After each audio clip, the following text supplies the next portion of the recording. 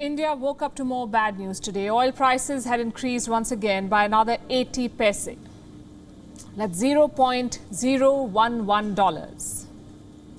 Doesn't sound like very much. 80 paise is an insignificant price hike. Well, yes and no. An 80 paise price hike may seem insignificant if seen independently, but it is substantial when repeated day after day. This is the 14th price hike in 16 days. 14th hike in the last 16 days. Do the math. In India, petrol prices have gone up by 10 rupees in the last 16 days. It all began on the 22nd of March. Before that, petrol in New Delhi was over 95 rupees a litre, diesel nearly 87 rupees. In Mumbai, petrol was selling at almost 110 rupees a litre, diesel around 94 rupees. Now look at the current prices. Petrol has crossed 105 rupees in Delhi, 120 in Mumbai. Diesel over 96 rupees in Delhi, almost 105 rupees in Mumbai. What explains this rise? The war in Ukraine, that's what the government has said, and with good reason. Brent crude hit a record high because of the war. The day Russia invaded Ukraine, Brent crude shot up to $105 a barrel. Soon it became $139. Today it's trading at $107 a barrel. Basics first, what's a barrel? 159 litres approximately. What is Brent crude? It is a global price benchmark for crude oil. If global prices go up, India is bound to be affected. That's because India imports nearly 85% of its oil.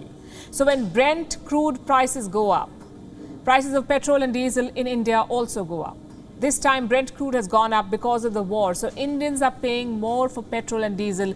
And so far in the story, the villain is the Ukraine war. Or you could say the villain is Russia for starting the war. Consumers the world over are suffering.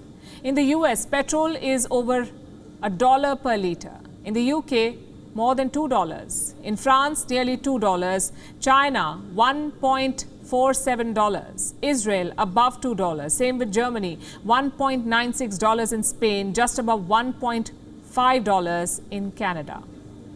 The war in Ukraine has affected the prices of other commodities too, cooking oil, for example, or wheat. But crude oil tops the chart. Today, an average Indian consumer is paying 4,200 rupees or $56 to fill a standard 40-litre fuel tank. And the government of India says Indians are in a better position compared to the rest of the world. So petrol by, I think, 9 rupees over 12 or 13 days when the international prices shot up. Now, I have something, sir.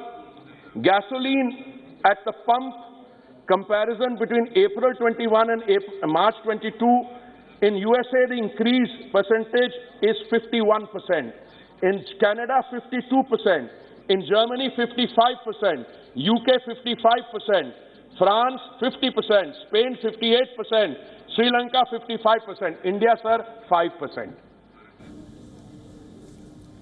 Well, that's one way of looking at it. Here's another. Yes, prices in the US have gone up 50%. But how much would Americans pay for fuel on a normal day?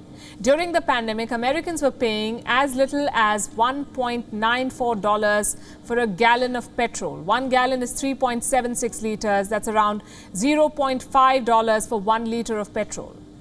You see, during the pandemic, Brent crude had fallen to $18.38 a barrel. It was a record low. But that did not reflect in India. Fuel prices did not plummet in India. Indian consumers never reaped the benefits of the global price fall. Do you know why?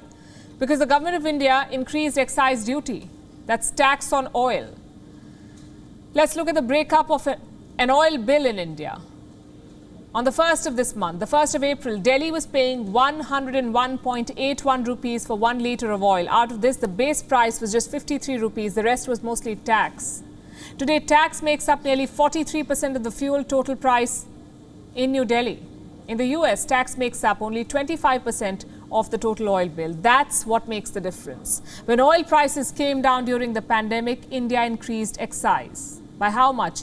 10 rupees per litre on petrol, 13 rupees per litre on diesel. This was in May 2020. The government said the money would be used for infrastructure and other development.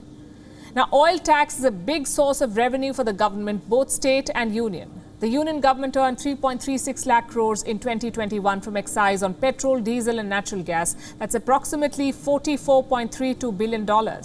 In 2020, the number was 2.03 lakh crores.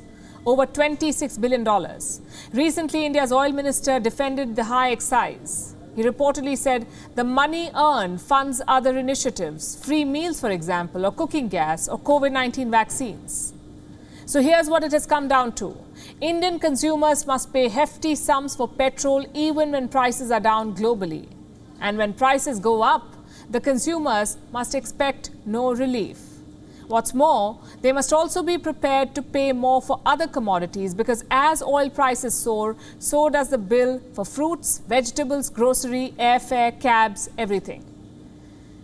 The government has passed the buck to oil companies. It says oil prices are decontrolled, meaning the oil companies are the ones who decide the price, not the government, and that's a fact.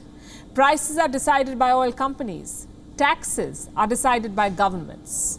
So for the consumer, there's no relief. When prices of crude go up, oil companies pass the bill to the consumer. When prices fall, the government rakes in extra revenue. So that's government 1, oil companies 1, and consumers 0. WION is now available in your country. Download the app now and get all the news on the move.